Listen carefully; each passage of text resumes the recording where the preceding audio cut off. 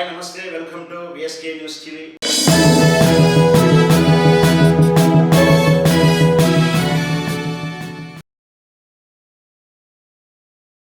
ఆంధ్రప్రదేశ్లో వాలంటీర్ల వ్యవస్థ మళ్ళీ తెర మీదకి వచ్చింది, ప్రస్తావన వచ్చింది. వాలంటీర్లకు జీతం లేదు, పని లేదు, వాళ్ళని మళ్ళీ పునరుద్ధరించండి అంటూ వైఎస్ఆర్ పార్టీని అసెంబ్లీలో లేవనెత్తడం. వాళ్ళు అసలు అంటే వాళ్ళు పనిలో లేరు కాబట్టి వాళ్ళ జీతాలు పెంచే ప్రసక్తి లేదు అంటూ తెలుగుదేశం పార్టీ కూడా సమాధానం ఇచ్చింది.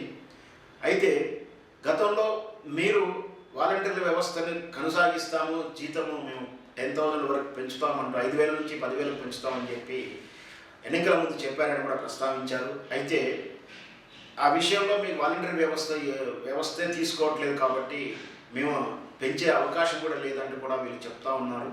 వాస్తవం ఏమిటంటే ఎన్నికల నిబంధనలకు విరుద్ధంగా ఉందంటూ వాలంటీర్ వ్యవస్థని ఎన్నికలకు ఉపయోగించుకోకూడదంటూ ఇచ్చినటువంటి అభ్యంతరాన్ని వాళ్ళు టెక్నికల్గా వైఎస్ఆర్ పార్టీ ఏం చేసిందంటే వాలంటీర్లతో రిజైన్ చేయించేసి వాళ్ళను వైఎస్ఆర్ పార్టీ కార్యకర్తలుగా వినియోగించుకోవడం జరిగింది.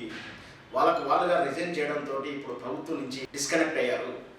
సో ఇప్పుడు వాళ్ళు కాంట్రాక్టులు లేనట్టుగా భావించాల్సి వస్తుంది. అదే కాంట్రాక్టులు ఉంటే అదొక రకమైనటువంటి మళ్ళీ ఒక కండిషన్స్ వేరేలా ఉన్నాయి.